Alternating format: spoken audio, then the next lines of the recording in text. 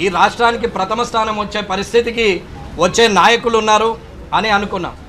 ఎందుకంటే కామారెడ్డి నుంచి పోటీ చేసిన నా అదృష్టం ఏంటంటే నా మీద ఓడిపోయినటువంటి ముఖ్యమంత్రి గారు, నా మీద ఓడిపోయినటువంటి మాజీ ముఖ్యమంత్రి గారు, నేను ముగ్గురం కూడా అసెంబ్లీలో కూర్చుండడం అనేది నిజంగా చరిత్ర. అది దానికి నేను చాలా సంతోషపడ్డాను. ఎందుకంటే ఆ ఇద్దరు కూడా పెద్ద తలకాయలు, చాలా అనుభవం ఉంది.